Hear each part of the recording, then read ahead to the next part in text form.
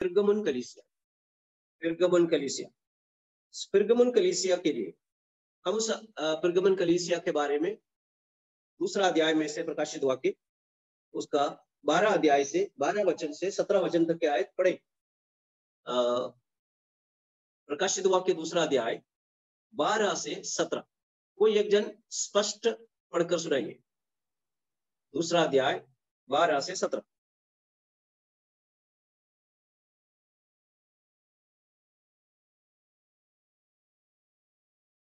Unmute करके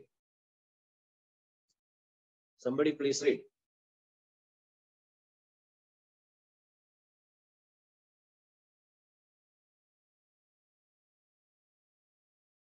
okay, मैं पढ़ूंगा। पिरगमुन की कलीसिया का संदेश।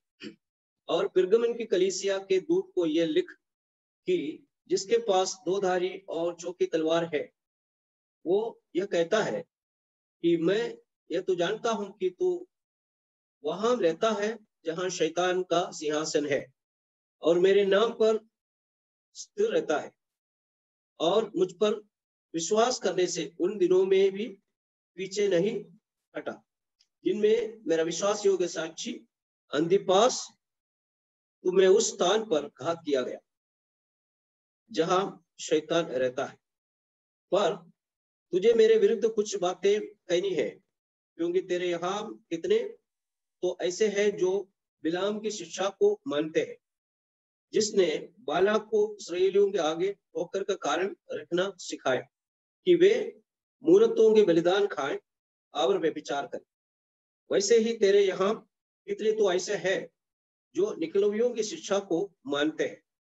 सो मन फिरा, नहीं तो मैं तेरे पास शीघ्र ही आकर अपने मुख की तलवार से उनके साथ लड़ूंगा। जिसके कान हो वो सुन ले कि आत्मा कलीसियाओं से क्या कहता है।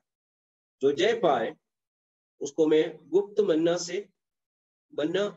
में से दूंगा, और उसे एक श्वेत पत्थर भी दूंगा, और उस पत्थर पर एक नाम लिखा हुआ होगा जिसे उसके पाने वाले के सिवाय और कोई ना जाने। ओके, पिरगमुन की कलीसिया, हमें मालूम है कि 7 कलीसिया के बारे में जो एशिया माइनर में है उसका संदेश यहां पर दिया गया है।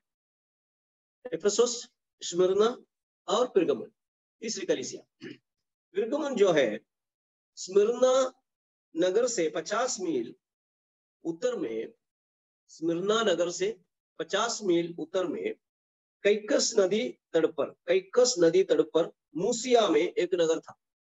ओके, एक जो एशिया माइनर में रोम की राजधानी थी।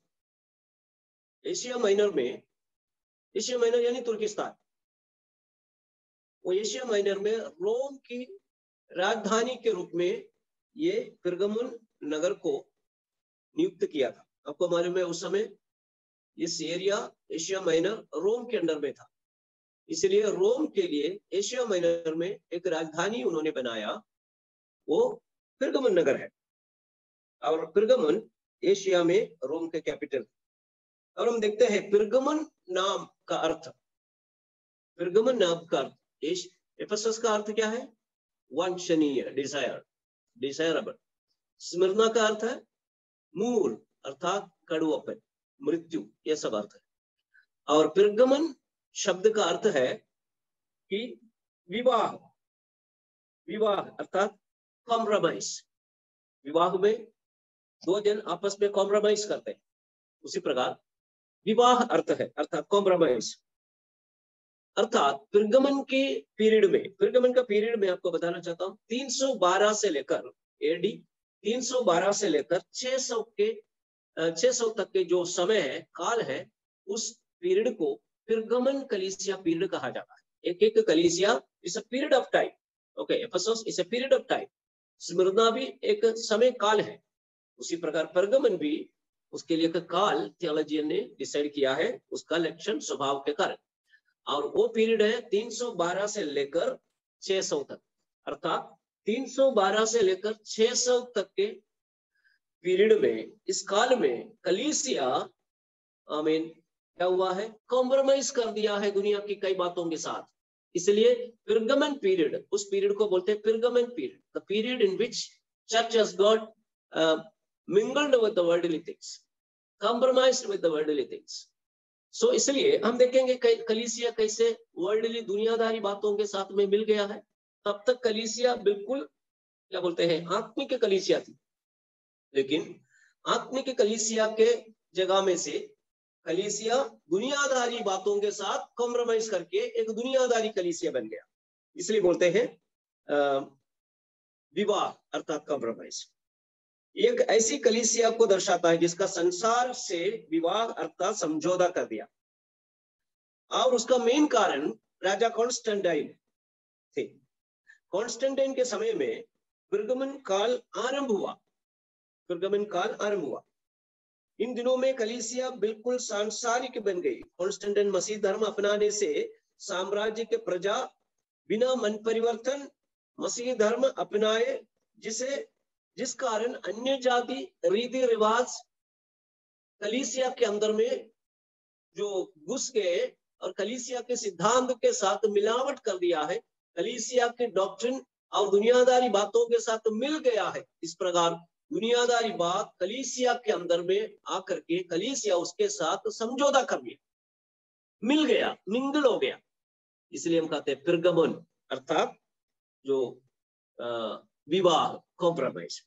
यस, कॉन्स्टेंटाइन यानी सीसर के समय से लेकर के 312 से लेकर के 600 के अंदर में बिल्कुल कलीसिया दुनियादारी बनी। कारण एक राजा है, राजा भी नहीं है, राजा के द्वारा शैतान ने अपना चाल चलाया।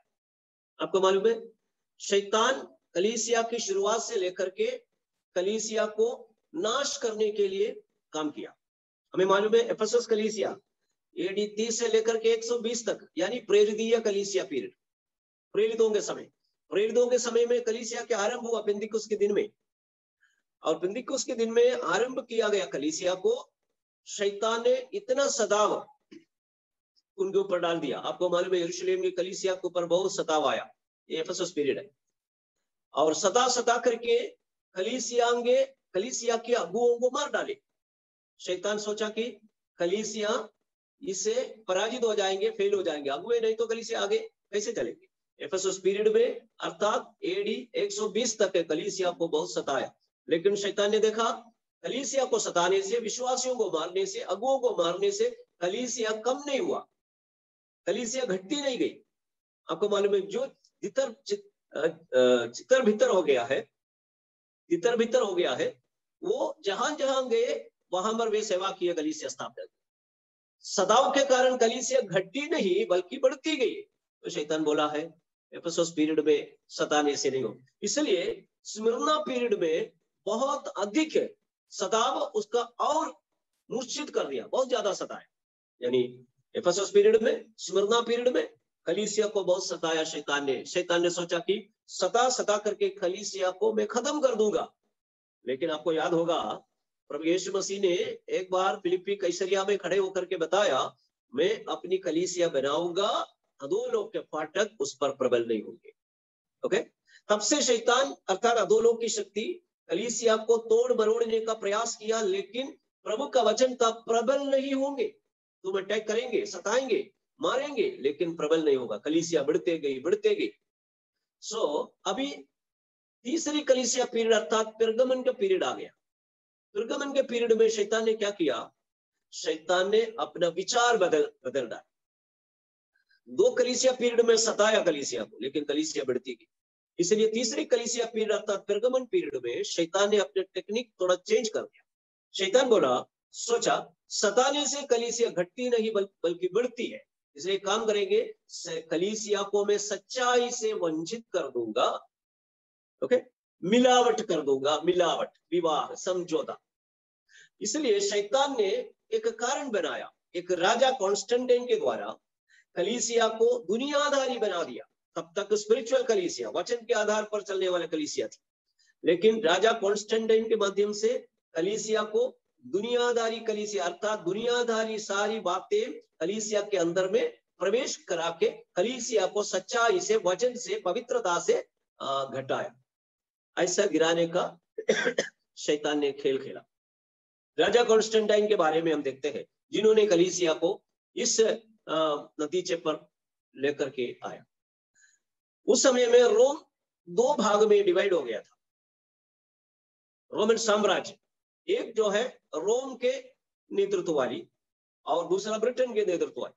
सो रोम साम्राज्य 2 भाग होने के कारण ब्रिटेन में एक सम्राट और रोम में एक सम्राट, 2 सीसर एक समय में राज्य कर रहे।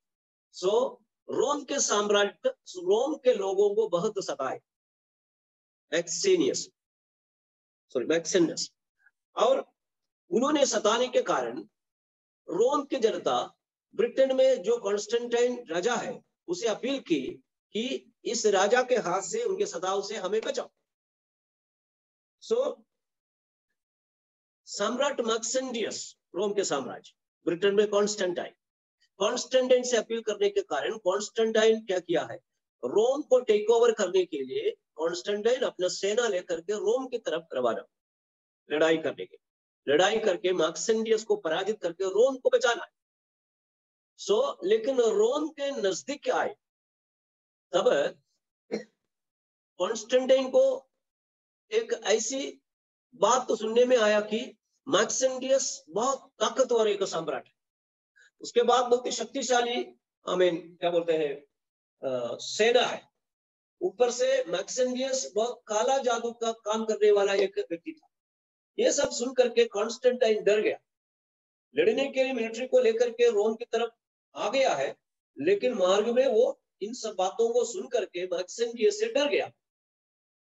डरने के कारण एक दिन ऐसा भयभीत होकर के बैठा है, लेकिन उन्होंने उस समय एक स्वप्न देखा। उस स्वप्न में एक क्रॉस उनके सामने दिखाई दिया, क्रॉस, और उसके ऊपर में एक लिखित इंस्क्रिप्शन, वो ये है, इस चिन्ह से लड़ो तुम जीतेगा, you will conquer by this symbol, यही चिन्ह के कारण तू जीतेगा। कौन सा चिन्ह? क्रॉस दिखाया और इंस्क्रिप्शन भी दिखाया। सो कॉन्स्टेंटाइन समझ गया, क्रॉस बोले तो ये मसीही लोगों का चिन्ह है। सो क्रॉस देकर के कॉन्स्टेंटाइन समझ गया है ये मसीही लोगों का धर्म है, ये चिन्ह है, इसलिए इसको अपनाने से मैं जीतूंगा। तो इसलिए तुरंत कॉन्स्टेंटाइन ने क्या किया, अपने मिलिट्री का सिंबल क्रॉस बना दिया, मिलिट्री का सिंबल क्रॉस बना दिया, और क्रॉस बना करके जैसे उन्होंने स्वप्न में देखा, उसी प्रकार मैक्सेनियस से लड़ने के लिए रोम के फाटक पर मिल्वियन ब्रिज के ऊपर में मैक्सेनियस की सेना के साथ में बहुत बड़ी लड़ाई हुई। उस लड़ाई में कॉन्स्टेंटाइन राजा जीत गए, जैसे उन्होंने स्वप्न में देखा, ये इस चिन्ह के द्वारा तू जीतेगे, क्रॉस लेकर के मिलिट्री का चिन्ह बना करके लड़ने के कारण कॉन्स्टेंटाइन जीत गए, मैक्सेनियस पराजित हो गया। तो कॉन्स्टेंटाइन रोम को अपने कब्जे में ले लिया, रोम का राजा बन गया। सो मिल्वियन ब्रिज के इस लड़ाई में कॉन्स्टेंटाइन रोम के राजा बनने के कारण कॉन्स्टेंटाइन क्या किया है, जो अभी पूरा रोम साम्राज्य के ऊपर में सम्राट बन गया। ओके, सो सम्राट बनने के बाद कॉन्स्टेंटाइन ने क्या किया है, राजा क्रिश्चियन बन गया, क्योंकि क्रूस के कारण मैं जीत गया, इसलिए इसका क्रिश्चियन का परमेश्वर ने मेरी मदद किया कि इसलिए मैं जीत गया। इसलिए कॉन्स्टेंटाइन राजा अर्थात सम्राट एम्बरर कॉन्स्टेंटाइन खुद मसीही धर्म को अपनाया, क्योंकि मुझे बहुत बड़ा जीत इसी के द्वारा हासिल हुआ। आपको मालूम है तब तक है, पहले दूसरे शताब्दी में, तीसरे शताब्दी तक है, रोम के कैसरों ने कलीसिया को इतना सताए, कलीसिया के अगुओं को मार डाले। लेकिन चौथी शताब्दी में अर्थात 312 में कॉन्स्टेंटाइन मसीही बनने के कारण सदाव खत्म हो गया। राजा खुद तो मसीही बन गया, तो फिर कौन मसीही लोगों को सताएंगे? सो मसीही लोगों का सताव बंद हो गया। मैं आपको बताना चाहता हूं कि कलीसिया कैसी दुनियादारी, कॉम्प्रोमाइज वाला, दुनिया के साथ कॉम्प्रोमाइज वाला कलीसिया कैसा बना। कॉन्स्टेंटाइन मसीही धर्म अपनाने के कारण, सदाव बंद होने के कारण रोम के लोग राजा को प्रसन्न करने हेतु वे क्रिश्चियन धर्म अपनाने लगा, क्योंकि हमारे राजा तो क्रिश्चियन हो गया। उतना ही नहीं, रोम साम्राज्य में क्रिश्चियनिटी को कॉन्स्टेंटाइन ने बढ़ावा दिया। अर्थात क्रिश्चियन जो बनते हैं उनको सोने की सिक्का और अच्छे वस्त्र सब उपहार के रूप में कॉन्स्टेंटाइन देते थे। मतलब है कॉन्स्टेंटाइन क्रिश्चियनी को बढ़ाया। क्रिश्चियन लोग संतुष्ट हो गया, उनका सदाव बंद हो गया। लेकिन क्या हुआ, यह सब कुछ शैतान का बहुत बड़ा चाल था। रोम के लोग मसीही धर्म को अपनाया, लेकिन उनको मसीहत के बारे में कुछ भी नहीं मालूम। ओके, राजा मसीह बन गया, राजा को प्रसन्न करने हेतु और अच्छे यानी उपहार पाने के लिए देश में अच्छे पोस्ट में मसीह लोगों को नियुक्त किया। ये सब देख करके रोम के मूर्ति पूजक लोग रोमी देवी और कैसरों की आराधना करने वाले रोम जनता, मूर्ति पूजक जनता कॉन्स्टेंटाइन को प्रसन्न करने हेतु क्रिश्चियन बन गया। अर्थात बिना मन परिवर्तन, बिना वचन के नॉलेज, यीशु कौन है, क्या है, क्रिश्चियनिटी क्या है, कुछ भी नहीं मालूम, लेकिन राजा को प्रसन्न करने हेतु रोम जनता मूर्ति पूजक लोग मसीही धर्म अपनाए। तो आपको मालूम है, मन परिवर्तन बिना कोई मसीही धर्म में आया, उनके मन में वो पुराना धर्म के रीति रिवाज बैठा हुआ है। मूर्ति पूजक धर्म उनके मन में है, केवल नाम के लिए चर्च में आए, अर्थात नाम के लिए मसीही बन गए। इस कारण दुनियादारी आराधना रीति, अर्थात रोम की आराधना रीति, रोमा देवी और कैसरों की आराधना करना, अलग अलग देवी देवताओं की आराधना करने वाले मूर्ति पूजक लोग हैं, उनके मन में कोई परिवर्तन नहीं हुआ। ऐसा ही मसीह में आने के कारण वे आराधना में उन्होंने जो भी सीखा वो धीरे धीरे आराधना स्थल में, चर्च के अंदर में प्रवेश करना आरंभ किया। आज जो भी हम देखते हैं चर्च के अंदर में मूर्ति पूजा हम देखते हैं और मूर्तियां हम देखते हैं, अलग अलग अनबिब्लिकल डॉक्ट्रिन्स हम देखते हैं। ये सारी बातें कब से लेकर के यानी 312 से 600 के अंदर में परगमन पीरियड में कलीसिया के अंदर में घुस गए, क्योंकि बिना मन परिवर्तन अन्य जाति लोग मूर्ति पूजक लोग कलीसिया के अंदर में आ।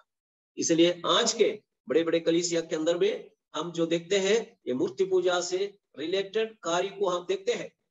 कारण क्या है, कॉन्स्टेंटाइन राजा के द्वारा शैतान ने कलीसिया को दुनियादारी बना दिया। जो कॉन्स्टेंटाइन को दर्शन दिखाना ये शैतान का बहुत बड़ा चाल था, क्योंकि शैतान को अच्छे से मालूम है कि सताने से कलीसिया घटते नहीं है, बढ़ते हैं। इसलिए कलीसिया के उपदेश में मिलावट करने से ये लोग वंचित हो जाएंगे। कौन सा सत्य है, कौन सा गलत है, कौन से सिद्धांत सही है, कौन सी गलत है, आमीन, ये सब ना मालूम होने के कारण वंचित हो जाते हैं और कलीसिया अपवित्र और वंचित और दुनियादारी बन जाते हैं। असली कलीसिया के अस्तित्व खत्म कर सकते। ये खेल शैतान ने खेले। इसलिए आज हम देखते हैं मूर्ति पूजा से जुड़े हुए अनेक बातें आज के बड़े बड़े कलीसिया के अंदर में हम देखते हैं। आपको मालूम है, मोमबत्ती लगाना, फटाका फोड़ना, दीवार मनाना, इस प्रकार की अनेक मूर्ति पूजा चर्च के अंदर में मूर्तियां पाए जाते हैं। आज मैं सभी चर्च के बारे में नहीं बोल रहा हूं, जो बड़े बड़े नॉमिनल चर्चेस जो है उसके अंदर में आप देखेंगे मूर्तियां पाई जाती है। मसीही नाम से बाइबल के कुछ कैरेक्टर है, लेकिन उनकी मूर्तियां बना करके रख दिया और उसको अलग अलग नाम दे दिया और मूर्ति पूजा शुरू हो गया कलीसिया के अंदर में। इस प्रकार सच्चा परमेश्वर यहोवा परमेश्वर की या यीशु मसीह की आराधना करने वाले कलीसिया धीरे धीरे मूर्ति पूजा के तरफ चले गया। कलीसिया दुनियादारी हो गया। उसका सबसे मेन व्यक्ति कॉन्स्टेंटाइन था। 313 में कॉन्स्टेंटाइन ने एक कानून बनाया। वो कानून के अनुसार मसीही लोगों को के सदाव बंद हो गए, मसीही लोगों को देश में आजादी दे दिया और कॉन्स्टेंटाइन ने मसीही लोगों की आराधना दिन इतवार के दिन को जो पब्लिक हॉलिडे घोषित कर दिया ताकि मसीही लोग आराधना स्वतंत्रता से कर सके। इस प्रकार जो मसीही लोगों को अनेक बढ़ावा दिया है, इस कारण बाकी लोग मसीहत में चले आने के कारण कलीसिया जो प्रदूषित हो गया, मूर्ति पूजक हो गया, अन्य जाति रीति रिवाज कलीसिया के अंदर में आए। आपको मालूम है आज के रोमन चर्च जैसे चर्च के अंदर में पक्का मूर्ति पूजा आप देख सकते, मरियम की मूर्ति, यीशु की मूर्ति, योसेफ की मूर्ति, संतों की मूर्ति, क्रॉस की मूर्ति, अनेक मूर्तियां वहां पर रखे हुए हैं। मूर्ति मूर्ति है, नाम तुमने चेंज किया है लेकिन मूर्ति मूर्ति है। बाइबल में लिखा हुआ है जो समुद्र के या आकाश के, पृथ्वी के किसी भी चीज का मूर्त न बनाना, कानून 10 आज्ञा में हमें दिया गया है। जब ये आज्ञा हमें मिलने के बाद कलीसिया के अंदर में कैसे मूर्ति आ गया है? ये मूर्ति पूजा इस कारण आया है कि दुनियादारी जो रीति रिवाज कलीसिया के अंदर में घुस गया। परगमन कलीसिया पीर अर्थात कलीसिया दुनियादारी बन गया, दुनिया के साथ में कॉम्प्रोमाइज कर दिया, समझौता कर दिया। अभी असली क्या है नकली क्या है पहचानना मुश्किल हो गया।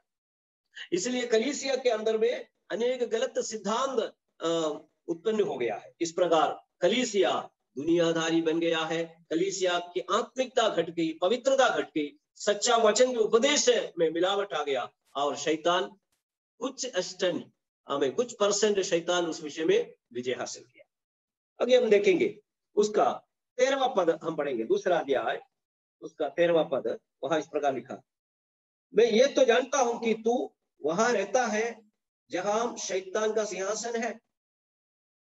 ओके, 13वां वचन में लिखा है पिरगमन नगरवासी।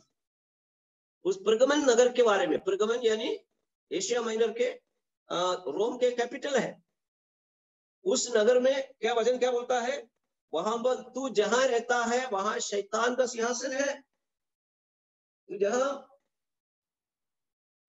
तू वहां रहता है जहां शैतान का सिंहासन है, अर्थात जो परगमन यानी वो शैतान का सिंहासन का स्थान बन गया है। अर्थात परगमन कलीसिया के अंदर में शैतान अपना सिंहासन रख करके राज्य करना आरंभ कर दिया।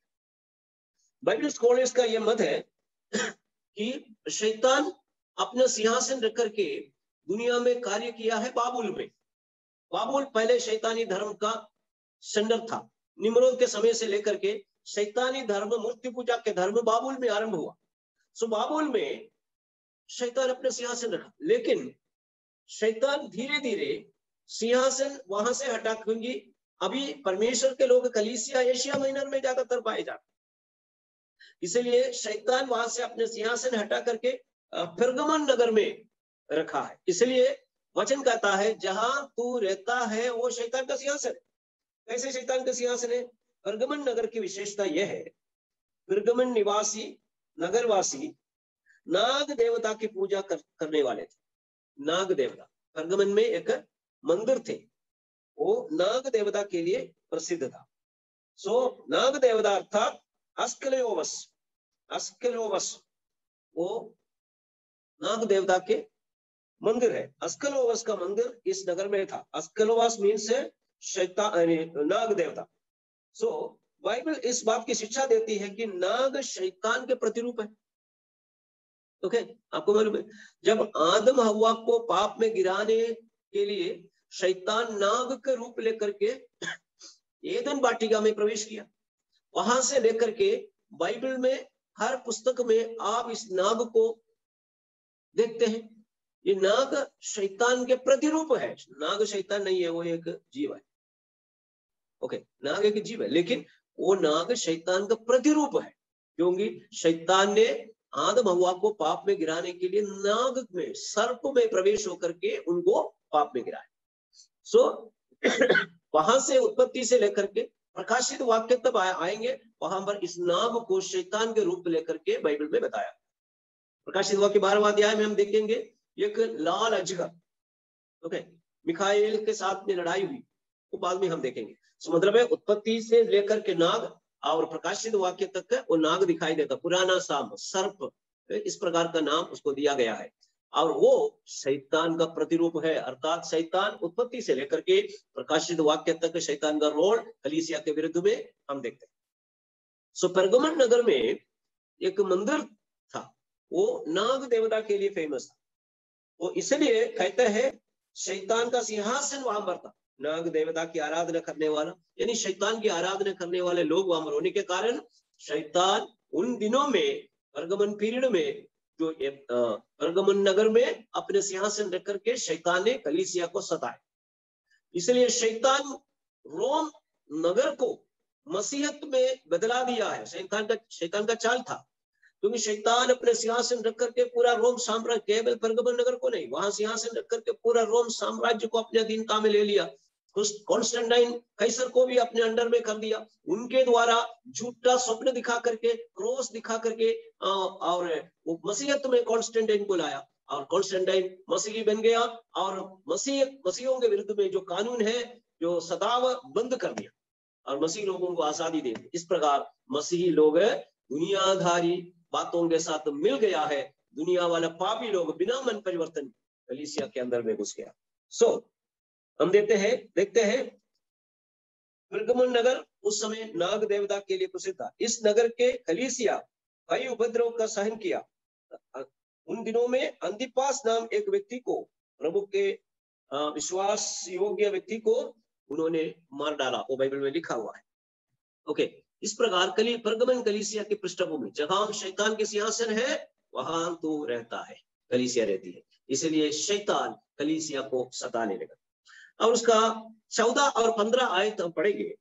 वहां पर इस कलीसिया के शिकायत प्रभु ने किया। आपको मालूम है, हर कलीसिया के लिए, फिलाडेल्फिया कलीसिया छोड़कर हर कलीसिया को यानी यीशु मसीह ने कुछ ना कुछ कंप्लेंट बोला है।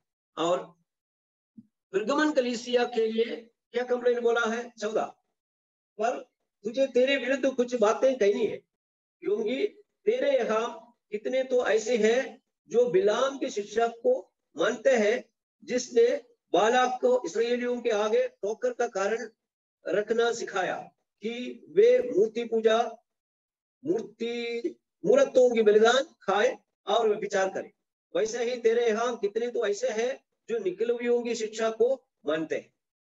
ओके, मूर्ति पूजा की शिक्षा, हमने पढ़ा है कि निकलवियों की शिक्षा और तुम मूर्तियों को रखा है। बिलाम की शिक्षा, निकलवियों की शिक्षा और अर्थात मूर्ति पूजा की शिक्षा। आपको मालूम है, इस्राएलियों को श्राप देने के लिए बिलाम को लेकर के आया। मतलब ठोकर के कारण, आराधना में ठोकर के कारण बन गया। वो जितने तो है, वहां लिखा हुआ है, क्योंकि तेरे यहाँ कितने तो ऐसा है बिलाम की शिक्षा को मानते हैं और बाला को इस्राएलियों के आगे ठोकर के कारण बनाया। बलिदान खाए और मूर्तों के बलिदान खाए और विचार करे, यानी मूर्तों के बलिदान करना, यानी मूर्ति की उपासना करना। तेरे विरुद्ध में ये कहना है, परगमन कलीसिया पीरियड में चर्च के अंदर में मूर्तों की पूजा शुरू हो गया है। उसकी पूजा, बलि चढ़ाना, मूर्तों को चढ़ाया हुआ खाना खाना, ये सब बातें तुम्हारे कलीसिया के अंदर में पाया गया है। इसका मैं शिकायत करता हूं, प्रभु ने बताया। ओके, आपको मालूम है, मूर्तों के संबंध में अनेक बातें परगमन कलीसिया पीरियड में कलीसिया के अंदर में आए। सो इसलिए परमेश्वर को पसंद नहीं। यीशु ने कंप्लेंट बोल दिया। आपको इतिहास में देखना है तो आपको ऐसा पता चलता है, उस समय कई सारे त्योहार इस पीरियड में कलीसिया मनाना आरंभ कर दिया। जैसे कि रोम के लोग, रोम देवी की आराधना करने वाले, पूजा करने वाले लोग कई त्योहार मनाते थे। उन सारे त्योहारों को मसीहत में बदला दिया, मसीही नाम देकर के उनको मसीहत में त्योहार के रूप में मनाना आरंभ किया। ये सब शैतानी कार्य था। आपको मालूम है, Christmas, Easter, land,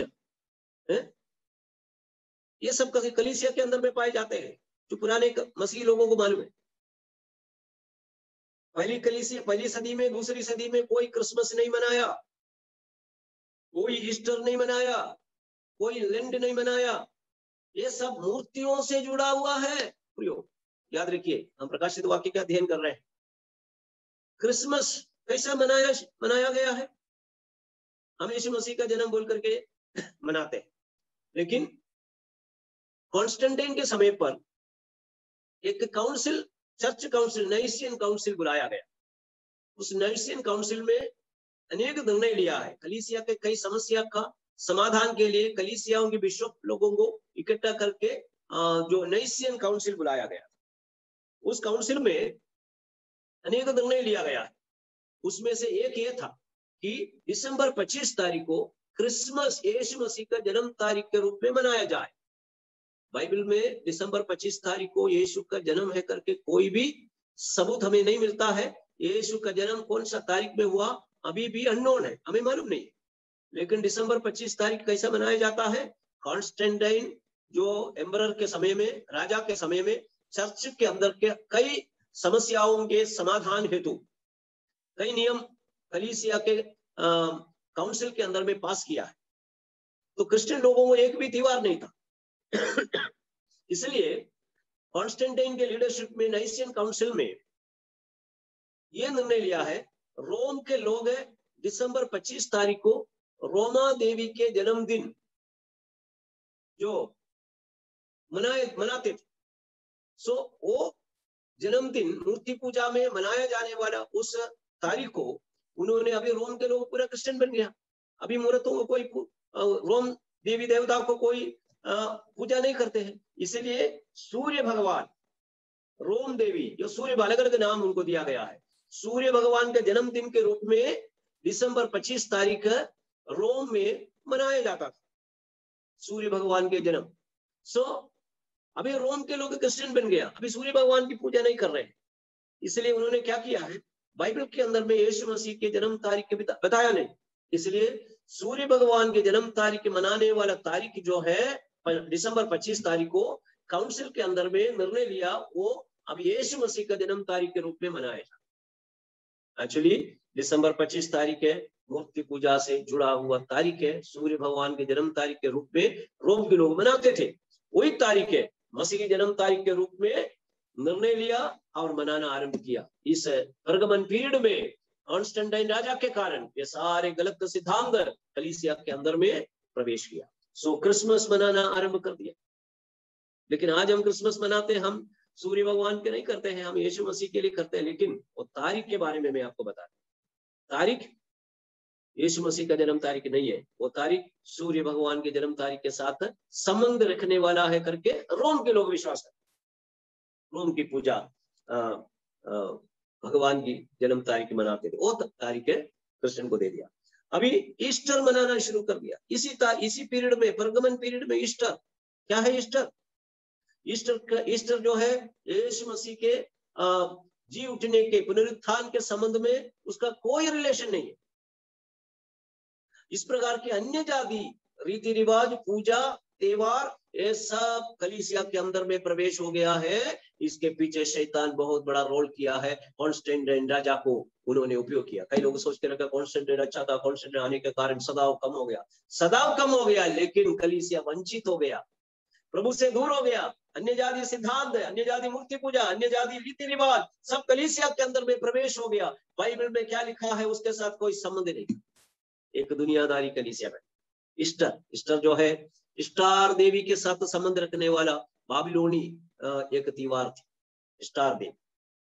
okay, star देवी का जो उद्भव इस प्रकार है, आरंभ विश्वास किया जाता है कि आसमान से एक ह्यूज साइज के अंडा पृथ्वी पर गिरे। ईस्टर का जो हिस्ट्री बैकग्राउंड मैं ये इसलिए बताना चाहता हूँ, ये क्रिश्चियन का बैकग्राउंड नहीं है, मसीही बैकग्राउंड नहीं है, ये अन्य जाति बैकग्राउंड है। आज क्रिश्चियन लोग बनाते हैं एक ह्यूज साइज की अंडा पृथ्वी पर गिरे, और वो भी बाबुल में यूफ्रेटिस नदी में गिरे। नदी में गिरने के कारण नदी के मच्छियों ने उसको धक्कल कर किनारे में कर दिया। ये सब उनका विश्वास है। सो किनारे में कर दिया, और कबूतरों ने आकर के उस पर बैठ करके गरम दिया, जैसे कि मुर्गी अंडे के ऊपर बैठता है, गरम दे करके बच्चे बाहर आते। कबूतर गरम करके ये अंडे में से एक देवी बाहर आ गई, जन्म लिया। वो देवी का नाम है स्टार। सो बाबिलोनी देवी है, आकाश की रानी करके उसको नाम दिया गया है, स्टार देवी। बहुत बड़ी बैकग्राउंड है उसके पीछे, मैं शॉर्ट में आपको बता रहा हूं। सो बाबिलोनी देवी का जन्म के वृत्तांत है स्टार, उस शब्द में से आया है ईस्टर। ओके, सो ईस्टर शब्द जो है स्टार शब्द में से निकल आया है। स्टार बाबिलोनी देवी है। ईस्टर जो उससे संबंध रखता है प्रभु के साथ, यीशु मसीह के साथ, ईस्टर का कोई संबंध नहीं। कई बात समझ में, स्टार शब्द बाइबल के अंदर में है ही नहीं। आपके बाइबल के अंदर में स्टार शब्द नहीं, ईस्टर शब्द नहीं है, अनबिब्लिकल है। लेकिन बाइबल के एक ट्रांसलेशन के अंदर में बाय मिस्टेक, गलती से ईस्टर शब्द आया है। वो old King James version, old King James version, उसके अंदर में ट्रांसलेशन करते करते पासओवर कस्सा लिखना था, कस्सा के बदले में उन्होंने वहां पर ईस्टर लिख दिया है। ओके, केवल एक ही बाइबल में, इंग्लिश बाइबल में ओल्ड किंग जेम्स वर्सन के अंदर में प्रेरितों के काम 12वां अध्याय उसका 4था पद में ईस्टर शब्द आया है, गलती से आ गया है वो शब्द। इस कारण उसके बाद जितने भी ट्रांसलेशन इंग्लिश भाषा में आए, उन सारे ट्रांसलेशन में वो शब्द हटा दिया, वहां पर पासओवर कस्सा लिख दिया, क्योंकि उनको पता चला है कि ये ईस्टर शब्द गलत आ गया है, ईस्टर शब्द को मिटा दिया है, पासओवर कस्सा लिख दिया है। सो ईस्टर शब्द जो बाइबल में आया है वो भी गलती से आया है। आज आप जो यूज करने वाले कोई भी बाइबल में ईस्टर शब्द नहीं है। कारण क्या है? ईस्टर बिब्लिकल शब्द नहीं है, ईस्टर अन्य जाति शब्द है, अन्य जाति देवी के जन्म से संबंध रखता है, उसमें से ईस्टर शब्द आया है, स्टार में से ईस्टर आया है, तो ईस्टर मनाना शुरू कर दिया। आज भी कलीसिया के अंदर में यीशु मसीह के पुनरुत्थान के दिन को ईस्टर मनाते, ईस्टर। उस समय बहुत सारे विशिंग लोग करते हैं आपस में, हैप्पी ईस्टर, हैप्पी ईस्टर। जब अब हैप्पी ईस्टर बोलता है तो वहां पर शैतान हंसता है, क्योंकि वो शैतान से संबंध रखता है। इसलिए बिब्लिकल है, अगर यीशु मसीह के पुनरुत्थान के दिन को विश करना है तो हैप्पी रिसरेक्शन बोलो, हैप्पी रिसरेक्शन इंग्लिश में बोलना है तो। सो मैंने आपको बताया, इन दिनों में जहां तू रहता है वहां शैतान का सिंहासन है, वहां से शैतानी सिद्धांत कलीसिया के अंदर में प्रकट हो गया। उसके लिए कॉन्स्टेंटाइन राजा को माध्यम बना दिया, उनके द्वारा ये सारे सिद्धांत को कलीसिया के अंदर में फेंक दिया शैतान ने। क्रिसमस मनाना शुरू कर दिया, ईस्टर मनाना शुरू कर दिया, लेंड मनाना शुरू किया, लेंड। ओके, आपको मालूम है लेंड क्या है? 40 दिन का जो परहेज करते हैं, उसको आज लोगों ने थोड़ा सिंप्लीफाई कर दिया, 40 डेज फास्टिंग, 40 डेज का फास्टिंग कर दिया। 40 डेज फास्टिंग के बारे में बाइबल में कुछ सिद्धांत नहीं है प्रयोग। ये 40 डेज फास्टिंग जो है अनबिब्लिकल है, ये शैतानी सिद्धांत से संबंध रखता है। ये परगमन पीरियड में ये सारी बातें कलीसिया के अंदर में आए, आज भी कलीसिया में लोग मनाते हैं, इवन प्रोटेस्टेंट लोग भी, इवन पेंटेकोस्टल लोग भी मनाते हैं। कारण क्या है? उनको मालूम नहीं है ये क्या है। ओके, 40 दिन का उपवास, इसका बैकग्राउंड जो है बाबुल से जुड़ा हुआ है, बाबुल से जुड़ा हुआ है। तो मैं सारी इतिहास आपको बताना नहीं चाहता हूं, तो जो निम्रोद से जुड़ा हुआ है। सो ये 40 दिन बाबिलोनी देवी देवता से जुड़ा हुआ एक सिद्धांत है, वो बिब्लिकल सिद्धांत नहीं है। ओके, सो हम देखते हैं कि ये सारी सिद्धांत बाइबल के अंदर में ना होने के बाद भी कलीसिया के अंदर में प्रवेश हुआ। आपको मालूम है यीशु मसीह 40 दिन उपवास किया, और वो दूसरा कारण से है। यीशु मसीह अपने सेवकाई के प्रति 40 दिन ना खाए ना पिए जंगल में, यहूदी जंगल में बैठ करके उपवास किया। सो वो उपवास के बाद शैतान उनको जब परीक्षा दिया, सारी परीक्षा में विजय हासिल किया, और यीशु मसीह अपने सेवकाई को आरंभ किया। हम यीशु के इतिहास को हम देखते हैं, यीशु मसीह अपने सेवकाई के आरंभ में अर्थात बपतिस्मा के तुरंत बाद 40 दिन उपवास लेकर के सामर्थ के साथ में अपने सेवकाई 3.5 साल की सेवकाई को निभाया। उसके अलावा बाइबल में कहीं भी 40 दिन का उपवास आप देखते नहीं है, केवल यीशु मसीह ने किया, वो भी एक ही बार किया। यीशु मसीह 3.5 साल सेवा किया। अगर हर साल 40 दिन का उपवास करना है, यीशु 3 साल में 3 बार 40-40 करके उपवास लेना था, लेकिन यीशु ने ऐसा किया नहीं, क्योंकि वो एक सिद्धांत नहीं है, यीशु सिखाए नहीं। हर साल 40 दिन उपवास करने की जरूरत नहीं, उसको लेंड नाम दिया है, लेंड। एक्चुअली लेंट उपवास नहीं है, खाने में परहेज, मटन मच्छी नहीं खाना, वो है उसका अर्थ। विलाप करना, लेमेंट करना। ओके। तमूस के बारे में जुड़ा हुआ एक सिद्धांत, बाबिलोनी देवता तमूस मर गए और वो अधोलोक में चले गए, और उनकी पत्नी शपथ खाई, मैं तमूस को अधोलोक में से जिलाकर लाऊंगी, इसलिए उनकी प्रजा को बताए, मैं अधोलोक में जा रहा हूं तुम्हारे देवता तमूस को वहां से बचाकर लाने के लिए। सो मैं वापस आने तक तुम लोग रोना और विलाप करना, प्रार्थना करना। सो ये तमूस की पत्नी को, तमूस को लेकर पृथ्वी में आने के लिए 40 दिन लग गया, ये बाबिलोनी इतिहास है।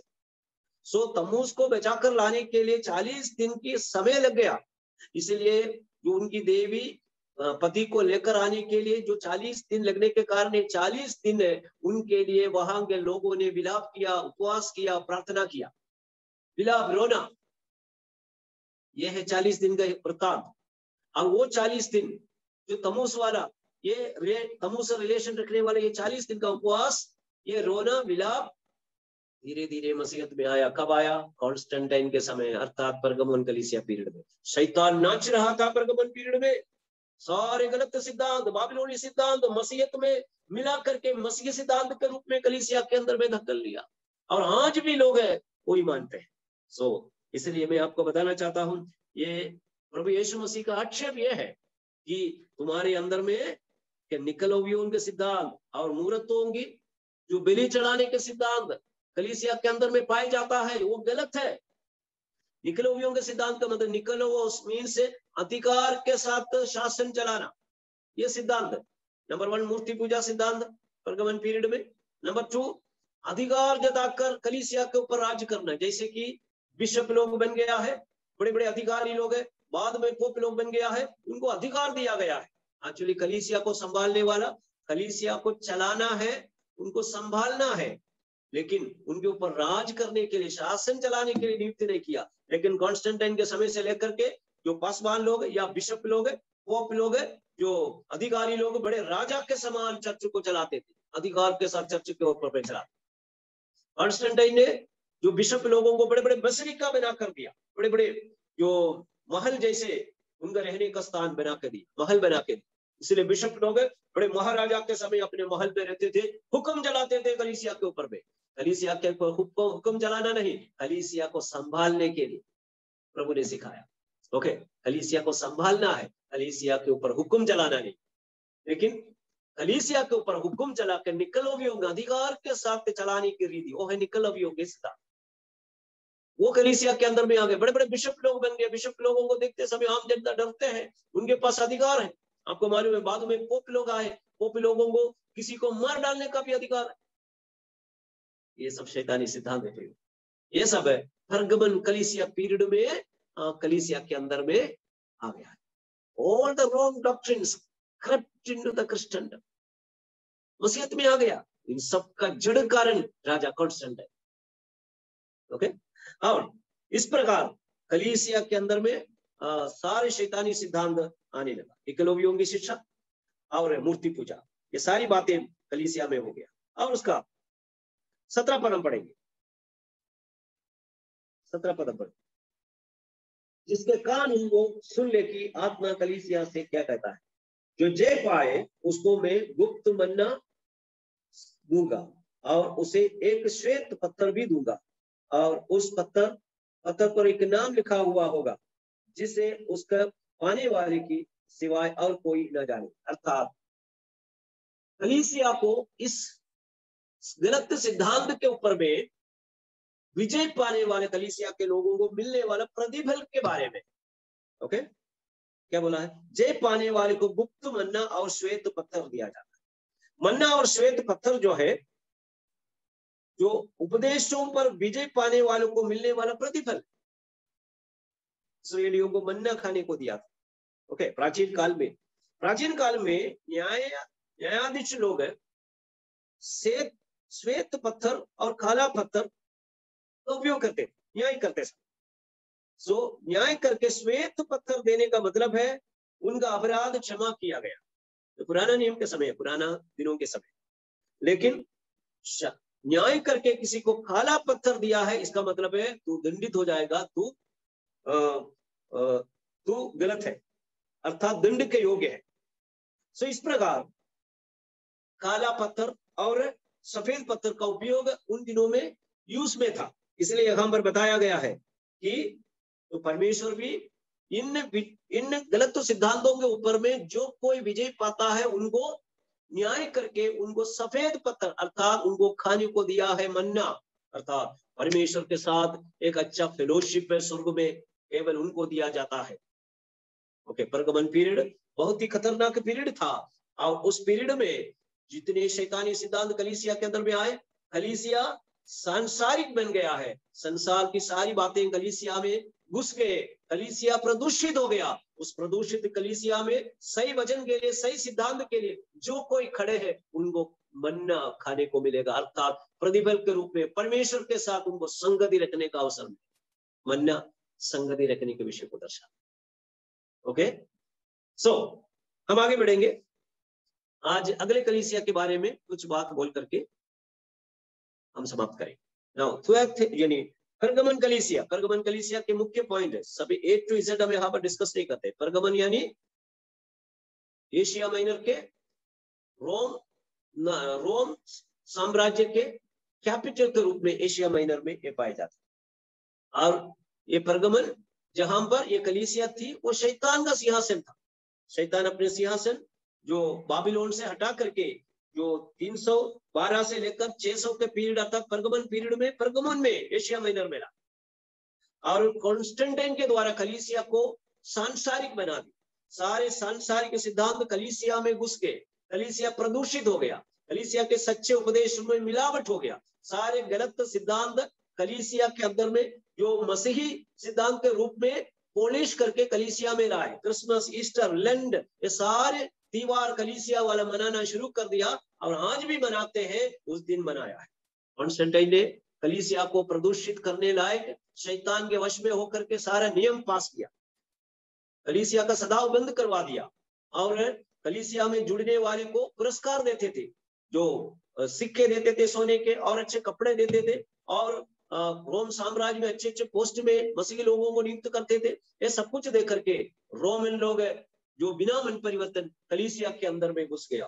रोमी देवी, सूर्य भगवान, इस सब कैसर की आराधना, ये सब करने वाला रोमी जनता बिना मन परिवर्तन, मन में ये सारे मूर्ति को रख करके केवल जो मसीही नामधारी मसीह बन करके कलीसिया में आए। इस कारण जो मूर्ति पूजा में जुड़े हुए सारे रीति रिवाज कलीसिया के अंदर में धीरे धीरे प्रकट हुआ। जो फटाखा फोड़ना, त्योहार मनाना, क्रॉस बनाना, क्रॉस कॉन्स्टेंटाइन क्रॉस देकर के क्रिश्चियन बना। क्रॉस प्रयोग ये मसीही चिन्ह नहीं है, क्रॉस एक मसीही चिन्ह नहीं है, ये भी शैतानी चिन्ह है। वो शैतान ने वो दिखाया, लेकिन कॉन्स्टेंटाइन ने उसको मिसअंडरस्टैंड कर दिया। क्या बोला? ये क्रिश्चियन का चिन्ह है बोले, लेकिन क्रॉस बोले तो तमूस, क्रॉस यानी तमूस के जो नाम के पहला अक्षर है टी, वो है क्रॉस। उसके बारे में आज डिटेल नहीं बोलूंगा, जब उसके लिए समय आएगा तो मैं उसका डिटेल बोलूंगा। तो cross is not a Christian symbol. जो दूसरी शताब्दी के चर्च फादर ने कहा है, तो cross is not a Christian symbol, but Christian symbol is an open tool. उन्होंने बोला है मसीहियों के लिए अगर एक सिंबल है, वो है खुली हुई खबर, यीशु मसीह का ओपन टूल, खुली हुई खबर। क्रॉस मसीहत का नहीं है। मसीहत में क्रॉस एक श्रापित चिन्ह है। क्रॉस में केवल मसीह को नहीं चढ़ाया, क्रॉस में अनेक मुजरिमों को चढ़ाया। रोमी लोग है, फिलिस्ती लोग है, जो ये सब क्रॉस उपयोग किया है, वो एक श्रापित चिन्ह है क्रॉस। इसलिए प्रेरित पौलुस क्या बोलता है? आई प्रीच क्राइस्ट क्रूसिफाइड। ओके, क्रूस का मैं प्रचार नहीं करता हूं, बल्कि क्रूस पर चढ़ाया हुआ मसीह का प्रचार करता हूं। क्रूस में नहीं है, वो लकड़ी का टुकड़ा है, उसमें कोई सामर्थ्य नहीं है, वो हमारा सिंबल भी नहीं है, वो तमोस के नाम से आया हुआ सिंबल है। बहुत बड़ा टॉपिक है करके आज मैं एक्सप्लेन नहीं कर रहा हूँ, अगर जरूरत पड़े तो फिर ये क्लास उसके लिए लूंगा। सो क्रॉस क्रिश्चियन सिंबल नहीं है, तमोस से जुड़ा हुआ सिंबल है। सो इसलिए चर्च फादर ने बोला है क्रॉस हमारे चिन्ह नहीं है, क्रिश्चियन का सिंबल जो है ओपन टू, खुली हुई खबर, यीशु मसीह। ओके, सो मेरे कहने का अर्थ है जो कॉन्स्टेंटाइन के समय में, परगमोस के समय में कलीसिया दुनियादारी यानी कॉम्प्रोमाइज कर दिया। विवाह उसका अर्थ है, परगमन मीन्स विवाह, विवाह मीन्स कॉम्प्रोमाइज, दो जन का। सो इस प्रकार कलीसिया दुनियादारी बन गया। अगले कलीसिया के बारे में थोड़ा सा प्रकाशन आज डालेंगे, वो है थुआतीरा कलीसिया। थुआतीरा कलीसिया, थुआतीरा कलीसिया के बारे में दूसरा अध्याय 18 पद से लेकर के 29 पद तक थुआतीरा कलीसिया के बारे में आप पढ़ सकते। थुआतीरा का पीरियड जो है, कलीसिया पीरियड जो है, वो है 600 से लेकर के 1520 तक। 600 से लेकर के 1520 तक के जो पीरियड है उसको हम कहते हैं थुआतीरा कलीसिया पीरियड। थुआतीरा यानी वो भी एशिया माइनर में एक नगर है। अर्थात इस कलीसिया का काल पोप धर्म से लेकर के सुधार आंदोलन अर्थात मार्टिन लूथर तक के जो पीरियड है, जहां से पोप साम्राज्य शुरू हुआ लगभग 6वीं शताब्दी में, वहां से लेकर के सुधार आंदोलन अर्थात 16वीं शताब्दी में मार्टिन लूथर के द्वारा जर्मनी में सुधार आंदोलन शुरू हुआ। कब तक के? पोप से लेकर के मार्टिन लूथर तक के जो पीरियड अर्थात एडी 600 से लेकर के 1520 तक के जो पीरियड है, उस पीरियड को थुआतीरा पीरियड कहता है। ओके, वो एक कलीसिया के अंधकार में युग था। अभी अंधकार का कार्य कॉन्स्टेंटाइन के द्वारा परगमन पीरियड में आरंभ हुआ। अस्कलोबियन नाग देवता की पूजा करने वाले स्थान से कलीसिया बिगड़ने लगा, और अगला कलीसिया पीरियड यानी थुआतीरा कलीसिया। ओके, थुआतीरा कलीसिया के पीरियड में बिल्कुल कलीसिया अंधकार में चला, स्पिरिचुअल डार्कनेस, कोई भी आत्मिक जागृति कलीसिया में नहीं थी। थुआतीरा एक छोटा सा नगर था जो पिरगमन से 40 मील दूरी पर दक्षिण पूर्व में स्थित है। ओके, पिरगमन से लगभग 40 मील दक्षिण पूर्व में एशिया माइनर में स्थित एक छोटा सा नगर है थुआतीरा। और इस नगर जो है सिकंदर महान के द्वारा, ग्रीक सम्राट सिकंदर महान के द्वारा एशिया माइनर में बनाया गया, स्थापना किया गया एक ग्रीक कॉलोनी थी यहाँ पर। कहां पर? थुआतीरा। और ये थुआतीरा इस बात के लिए फेमस थी कि वहां पर व्यापार में फेमस थे। व्यापार में कौन सा आइटम? बैंजनी कपड़े का व्यापार करने वाले जो बिजनेस थुआतीरा नगर में सबसे ज्यादा था।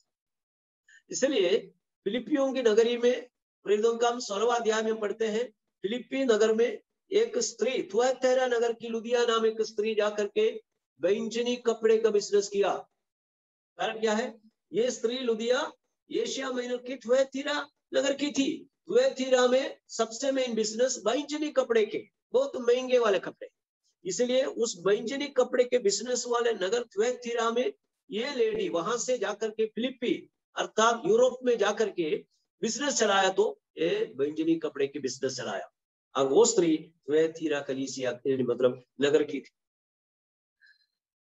सो उसके बारे में 16वां अध्याय प्रेरितों के काम में हम पढ़ सकते हैं। मकदूनिया देश के एक मेन नगर था फिलिपी नगर, रोमियो की कॉलोनी थी। ओके, वहां पर वो जाकर के अपने बिजनेस किया। थुआतीरा का अर्थ है, थुआतीरा का अर्थ है निरंतर बलि, कंटिन्यूअल सैक्रिफाइस। ओके, अभी कलीसिया कहां से कहां चला गया? यीशु मसीह के द्वारा, यीशु मसीह के दिव्य बलि के द्वारा कलीसिया के सैक्रिफाइस खत्म हो गया। पुराना नियम में पाप क्षमा के लिए बलि चढ़ाना पड़ता था। 5 प्रकार की बलि, जानवर बलि, अन्न बलि, होम बलि, पाप बलि। सो इस प्रकार की बलि हम चढ़ाते। ये सारी बलियां यीशु मसीह के दिव्य बलि को दर्शाता था। जब यीशु मसीह इस जगत में आया, परमेश्वर की मेमना बनकर यीशु आया, कालवरी के सूली पर अपना प्राण दे दिया, खून खतरने वालों के सामने मौन रहने वाला मेमना। यशायाह नबी कहता है, देखो परमेश्वर की मेमना जगत के पाप उठाकर चलता है, यूहन्ना बपतिस्मा वाला कहता है। हमारे प्रस्ताव की मेमना प्रेरित पौलुस कहता है कुरिन्थियों की पत्री। सो ये मेमना यीशु मसीह के दिव्य बलि के द्वारा पुराना नियम की सारी बलियां बंद हो गया है। पुराना नियम की सारी बलियां इस असली बलि यीशु मसीह के मृत्यु का परछाई थी। That was only the shadow. The reality बोले तो यीशु मसीह है, that was divine sacrifice. यीशु मसीह के बलि के द्वारा बलि सिस्टम बंद हो गया। लेकिन थुआतीरा कलीसिया पीरियड में बलि अर्पण कुछ अलग रीति से कलीसिया के अंदर में स्थापना किया। ओके, सो हम देखते हैं उसका 20वां पद में इस कलीसिया के आक्षेप यह है कि एक स्त्री इजबेल को रहने देता है। ओके, 20वां पद में अपने को पढ़ने को मिलता है, और मुझे तेरे विरुद्ध ये कहना है कि तू उस स्त्री इजबेल को रहने देता है जो अपने आप को भविष्यवक्तिन कहती है और मेरे दासों को व्यभिचार करने और मूर्तों के आगे बलिदान खाने को सिखाकर भरमाती है। नहीं समझ में? ये पीरियड जो है, थुएथेरा पीरियड जो है, प्रभु यीशु मसीह का कंप्लेंट बोलता है कलीसिया के। कंप्लेंट क्या है? तू एक स्त्री इजबेल नामक स्त्री को कलीसिया में रहने देता है, मूर्तों को चढ़ाया हुआ वस्तु को खाने में कलीसिया को अनुमति दी गई है। ये वो कंप्लेंट प्रभु बताया है इस कलीसिया में। कारण क्या है? ऑलरेडी कलीसिया सांसारिक हो गया, संसार की सारी रीति रिवाज कलीसिया के अंदर में घुस गया परगमन पीरियड में। और थुएथेरा पीरियड में बलि अर्पण, मूर्तियों के लिए चढ़ाया हुआ चीजों को अर्पण करना, इसको बलि बोलते हैं। अर्पण किए हुए चीजों को खाने की अनुमति कलीसिया के अंदर में दिया गया है। मूर्तियों को आराधना करने का, पूजा करने की स्थिति कलीसिया के अंदर में आ गया है। प्रभु की कहना है इसाबेल नाम स्त्री को तूने रहने दिया कलीसिया के अंदर में। इसाबेल नहीं होना कलीसिया के अंदर। इसाबेल कौन है? जब राजाओं के पुस्तक हम पढ़ेंगे, वहां लिखा हुआ है जो आहाब राजा की पत्नी इसाबेल, वे अन्य जाति स्त्री है। जो अन्य जाति स्त्री के साथ आहाब राजा ने विवाह किया, मूर्ति पूजक स्त्री को, इसाबेल को इस्राएल में लाया पत्नी बना। सो इसाबेल मूर्ति पूजा करने वाली स्त्री इस्राएल में आने के बाद सत्य आराधना करने वाले लोगों के बीच में आने के कारण, इसाबेल के कारण इस्राएल में मूर्ति पूजा आरंभ कर दिया। एलिया नबी का समय था। बाल और अशेरा जो सीदोन की देवता है, वो इसाबेल के कारण इस्राएल में आए। बाल और अशेरा के लिए बलि चढ़ाना आरंभ कर दिया। इसाबेल अपने महल में अपने मेज पर बाल और अशेरे के 850 भविष्यवक्ताओं को खिलाती थी, क्योंकि रोज मूर्ति पूजा, बाल अशेरा। एलिया उस समय खड़ा हो गया, गलत है। आखिर में आपको मालूम है एलिया कर्मेल के ऊपर में बाल और अशेरा के भविष्यवक्ताओं के साथ में चुनौती किया, चैलेंज किया, और 2 वेदी बना करके वहां पर यहोवा ही परमेश्वर है इस बात को साबित किया। आमीन। वो इसाबेल का समय था। वो इसाबेल इस्राएल में मूर्ति पूजा लगाने वाली। तुम्हारे इस चर्च में एक स्त्री इसाबेल को तूने रहने दिया, इसाबेल को तो बाहर नहीं किया। इसका मतलब है इसाबेल के द्वारा लाया गया मूर्ति पूजा को तुमने कलीसिया में आदर सम्मान दिया है। परमेश्वर की आराधना जो उसके सही स्थिति में से हट गई, पवित्रता से हट गई, वचन से हट गई, जो कलीसिया की आराधना मूर्तों को रख करके आराधना शुरू हो। आज भी आप देखते हैं। ओके, कई मूर्तियां कलीसिया के अंदर में आ गया। इन मूर्तों के कारण कलीसिया मूर्ति पूजक बन गया है। ओके, और कलीसिया में अलग अलग सिद्धांत, इस मूर्ति पूजा के कारण कलीसिया के अंदर में शैतान तांडव कर रहा था। बाइबल से हटकर, बाइबल के सच्चे डॉक्ट्रिन से हट करके सारी गलत सिद्धांत मूर्ति पूजा के वजह से कलीसिया के अंदर में आ। कलीसिया को कॉन्स्टेंटाइन ने कलीसिया के बिशपों को अधिकार दिया। सो अधिकार रख करके, आज्ञा दे करके सताने वाला जो सामर्थ्य कलीसिया के अगुओं को, बिशप लोगों को, पोप लोगों को दे दिया। आपको मालूम है ये समय पोप लोगों का समय, पोप कलीसिया, पोप यानी पापा। सो उस समय कलीसिया के अंदर में इसाबेल को रखा था, मूर्ति पूजा शुरू कर दिया। मूर्तों को चढ़ाए हुए वस्तु का महाप्रसाद बोल करके खिलाना शुरू किया। और कर्म मार्ग के द्वारा उद्धार, ये सिद्धांत कलीसिया के अंदर में आ गया। माँ बेटे की आराधना कलीसिया के अंदर में आया। तब तक कलीसिया के अंदर में इस प्रकार की आराधना नहीं थी। सच्चे आराधना करने वाला परमेश्वर के आराधना, यीशु मसीह की आराधना आत्मा सच्चाई से करते थे। लेकिन इस थुएथीरा पीरियड में, अर्थात रोम पीरियड में, निरंतर बलि वाले इस पीरियड में क्या हो गया? माँ बेटे की आराधना, आत्मा सच्चाई से परमेश्वर की आराधना करने वाले पहली सदी की कलीसिया अभी मूर्ति पूजक बन गया है। कलीसिया के अंदर में माँ बेटा खड़ा है। आज भी आप देख सकते हैं माँ बेटा, वे कहते हैं माँ यीशु की माँ और बेटा यीशु, बालक यीशु, माँ और बालक यीशु, उसकी आराधना शुरू, उसकी मूर्त बना दिया। जैसे कि अन्य धर्मों में मूर्त बना करके आराधना होती है, ठीक उसी प्रकार कलीसिया के अंदर में माँ बेटे की मूर्ति बनाकर रख दिया और उसकी आराधना शुरू कर। अर्थात पोप धर्म ये पीरियड जो है तेरा पीरियड, यानी पोप धर्म का, पापा धर्म को लेकर के सुधार आंदोलन तक के पीरियड है। सो उस समय माँ बेटे की आराधना शुरू हो, धर्म मार्ग में उद्धार, ये सिद्धांत आपको मालूम है। आज रोमन कैथोलिक चर्च तो सबसे ज्यादा यानी चैरिटी वर्क क्यों करता है? हम बोलते हैं चैरिटी वर्क अच्छा है, स्कूल चलाओ, हॉस्पिटल चलाओ, अनाथशाला चलाओ, ओल्ड एज होम चलाओ, गरीबों को मदद करो, ये चैरिटी वर्क क्यों करते हैं? कारण उनका बेसिक सिद्धांत है कर्म मार्ग से उद्धार। अच्छा कर्म करे तो तुम्हें उद्धार मिले। बाइबल का सिद्धांत नहीं है मेरे, ये सब गलत सिद्धांत बाइबल के अंदर में आ गया है। शैतान अपना तांडव कर रहा था, माँ बेटे को प्रस्तुत किया, लोगों को बता दिया मरियम, कुंवारी मरियम और यीशु, बालक यीशु, माँ बेटा। एक्चुअली आपको मालूम है माँ बेटा मरियम और यीशु नहीं है, मरियम और यीशु नहीं है। आपको मालूम है मरियम आराधना की योग्य नहीं है। मरियम की आराधना कैसे करते हैं? पोप लोगों ने, बाद में हम देखेंगे, पोप लोगों ने नियम बना बना करके मरियम को ईश्वर का स्थान में पहुंचा दिया। पोप लोगों को अधिकार है नियम बनाने के लिए, ओके, ये अधिकार उनको दिया गया। वो मरियम का स्वर्गारोहण का सिद्धांत बना दिया, मरियम को आकाश की रानी बना दिया। जैसे कि बाबुल के जो स्टार देवी आकाश की रानी थी, वही नाम यहाँ पर ला करके मरियम को दे करके चर्च के अंदर में लाया। अर्थात बाबिलोनी देवी मरियम का नाम लेकर कलीसिया के अंदर में आया। बाबुल के अंदर में आमिर सेमिरामिस करके एक देवी थी, सेमिरामिस, इतिहास में से बोल रहा हूँ, सेमिरामिस, उसका बेटा है तम्मुस। ओके, सेमिरामिस और तम्मुस माँ बेटा, ये दोनों का मूर्ति बनाकर बाबुल में रख करके बाबुल के मूर्ति पूजक धर्म के अंदर में उनकी पूजा अर्चना होती थी।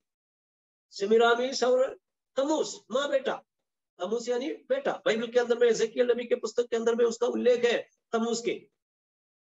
सो ये माँ बेटा सेमिरामिस और तम्मुस की आराधना बाबुल में आरंभ किया, वो माँ बेटे की आराधना, वो मूर्ति वहां से जब शैतान ने अपने सिंहासन परगमन के समय पर एशिया माइनर में परगमन में अस्कलोपियन मंदिर के अंदर में फिट किया, नाग देवता के मंदिर के अंदर में। सो इसलिए प्रभु ने कहा जहां तू रहता है वहां शैतान का सिंहासन है। बाबुल का सिंहासन हटा करके परगमन में लाया। इसका मतलब है बाबुल के सारे सिद्धांत आमीन परगमन में लाया, और बाद में परगमन में से शैतान और सिंहासन हटा करके रोम में लाया, रोम चर्च के अंदर में लाया बाद में हफ्ते की। इसलिए बाबुल के डॉक्ट्रिन, बाबुल के मूर्ति पूजा सिद्धांत रोमन कलीसिया के अंदर में प्रवेश किया। उसमें से एक है सेमिरामिस और तम्मुस, इसकी पूजा अर्चना होती थी। और वो सेमिरामिस और तम्मुस माँ बेटा कलीसिया के अंदर में और थ्योतिरा पीरियड में आ गया है, आमीन, और वहां पर उसकी पूजा शुरू हो गया है। केवल नाम चेंज कर दिया, नाम क्या है? सेमिरामिस तम्मुस नहीं है, नाम दिया है मरियम और बेटा यीशु। ये बहुत बड़ा धोखे है कलीसिया के अंदर में विश्वासियों को शैतान ने ऐसा धोखा दिया है। इसलिए प्रकाशित वाक्य हम पढ़ते समय सारे गलत सिद्धांतों से हमें अलग होकर के सच्चाई, ईश्वर की आत्मा सच्चाई से आराधना करना है। वचन में लिखा है आराधना करने वाले worship the Lord in spirit and in truth. कोई मूर्ति हमारे लिए आमीन बाइबल में अनुमति नहीं है, लेकिन बाइबल मना किया गया ये सारे मूर्ति पूजा सिद्धांत थुआतीरा पीरियड में कलीसिया के अंदर में प्रवेश हुआ। ओके, इसलिए प्रभु ने कहा 21 वचन 21 के अंदर में बताया है, मैंने उसको मन फिराने के लिए अवसर दिया पर वो व्यभिचार से मन फिराना नहीं चाहता। ओके, थुआतीरा कलीसिया में ये मूर्ति पूजक गलत सिद्धांत कलीसिया में ला करके पेश करने के कारण इसमें से मन फिराकर सच्चाई की ओर आने के लिए परमेश्वर ने कलीसिया पीरियड में उनको समय दिया, उनको समझाया कलीसिया को ये गलत है, मन फिराओ, वापस आ जाओ। लेकिन कलीसिया को मन फिराने की इच्छा नहीं थी, वो मन न फिराया। मैंने उसको मन फिराने का अवसर दिया लेकिन पोप धर्म के गलत उपदेश में से मन फिराने के लिए प्रभु ने इस कलीसिया को अवसर दिया। विभिन्न स्थानों में परमेश्वर अपने पवित्र लोगों को खड़े करके पोप धर्म के गलत सिद्धांत के विरुद्ध में समझाया लोगों को। मन फिराओ, बोले मन फिराओ, तुम मूर्ति पूजक हो गया है, बाइबल से अलग हो गया है, आत्मिक आराधना नहीं है, ये शैतानी आराधना है, बाबिलोनी सिद्धांत है, तुम आज कलीसिया के अंदर में रखा है, इसमें से मन फिराओ, पाप है, पश्चाताप करो। परमेश्वर इस पीरियड में अनेक परमेश्वर के भक्तों को इंग्लैंड में और अन्य स्थानों में खड़े करके पोप धर्म के विरुद्ध में प्रचार करवाया, ताकि पोप धर्म पश्चाताप करे, मन फिराकर पहली सदी की कलीसिया के समान आत्मा में आराधना करने वाले बन जाए। लेकिन इस कलीसिया को मन फिराने की इच्छा नहीं। रोम कलीसिया मन नहीं फिराए, वो अभी भी मन नहीं फिराए, अभी भी अपने गलत सिद्धांतों को जो सच मानकर चलते। आपको मालूम है मन फिराने के लिए परमेश्वर ने कौन कौन सेवकों को उन दिनों में सहायता किया, उठाया। उस पीरियड के कुछ महान व्यक्तित्व जिनके द्वारा परमेश्वर ने सच्चा वचन का प्रचार रोम धर्म को किया, वे सब खड़े होकर के रोम धर्म के गलत सिद्धांत, मूर्ति पूजक सिद्धांत के विरुद्ध में प्रचार किया, प्रकाशन डाला, तो भी रोम धर्म मन न फिराया। उसमें से नंबर 1 है जॉन विक्लिफ। इंग्लैंड में 1329 से लेकर के 1384 तक उसका जो समय है, जॉन विक्लिफ ने रोम धर्म के विरुद्ध में प्रचार किया। क्या प्रचार किया उन्होंने? इस विषय को ज्यादा महत्व दिया। महाप्रसाद, महाप्रसाद यानी उनका जो लॉर्ड सपर, उसको मांस बोलते हैं रोमन चर्च के अंदर, पोप धर्म के अंदर में, पोप धर्म यानी रोमन चर्च। सो उसके अंदर में महाप्रसाद का डॉक्ट्रिन है, वो गलत है करके जॉन विक्लिफ इंग्लैंड में प्रचार किया। क्योंकि जब बाइबल पढ़ा है उनको समझ में आया है पोप धर्म में जो भी आज सिद्धांत है वो सब बाइबल के विरुद्ध में है। इसलिए जॉन विक्लिफ को परमेश्वर ने खड़े करके महाप्रसाद गलत है उसके विरुद्ध में प्रचार किया, लेकिन पोप धर्म मन न फिराया। मैंने उनको अवसर दिया मन फिराने के लिए, लेकिन उन्होंने मन न फिराया। ओके, महाप्रसाद के गलत सिद्धांत क्या है? तत्व परिवर्तन। ओके, तत्व परिवर्तन अर्थात ट्रांससब्स्टेंटिएशन, इंग्लिश में बोलते हैं ट्रांससब्स्टेंटिएशन। इसका मतलब है जब प्रभुभोज के समय में रोटी जो है, जो फादर उसको हाथ में लेकर के ब्लस करते समय रोटी यीशु का शरीर में बदलता है, रोमन चर्च का सिद्धांत। और वाइन ब्लस करते समय वाइन जो है यीशु के लोहू में बदलता है। ब्लस करने के बाद प्रभुभोज में उसको वे लोग मांस बोलते हैं, मांस, वो महाप्रसाद बोलते हैं। इस महाप्रसाद में रोटी शरीर में बदल जाता है, वाइन खून में बदल जाता है, यीशु मसीह का खून और यीशु मसीह का शरीर। तत्व परिवर्तन, ट्रांससब्स्टेंटिएशन। लेकिन जॉन विक्लिफ खड़े होकर के इंग्लैंड में प्रचार किया, ऐसा नहीं होता है, महाप्रसाद में ऐसा परिवर्तन नहीं होता है, ब्लस करने के बाद रोटी रोटी ही रहेगा, लेकिन वो रोटी यीशु मसीह के शरीर को दर्शाता है, दर्शाता है, बदलता नहीं है। वाइन जो है यीशु मसीह के खून में, खून को दर्शाता है, खून में बदलता नहीं है। लेकिन रोमन चर्च बोलते हैं नहीं, ब्लस करने के बाद मांस हो गया और ब्लस करने के बाद लोहू बन गया। ये सिद्धांत गलत है करके जॉन विक्लिफ ने प्रचार किया, लेकिन पोप धर्म अपनाया नहीं, पश्चाताप नहीं किया। ओके, सो बाकी भाग में अगले क्लास में बताऊंगा। ये इतिहास है, मन लगा करके ध्यान से सुने तो समझ में आएगा। अगर आपको डाउट है तो अगले क्लास में जो डाउट वाली चीज विषय में रिपीट करूँ।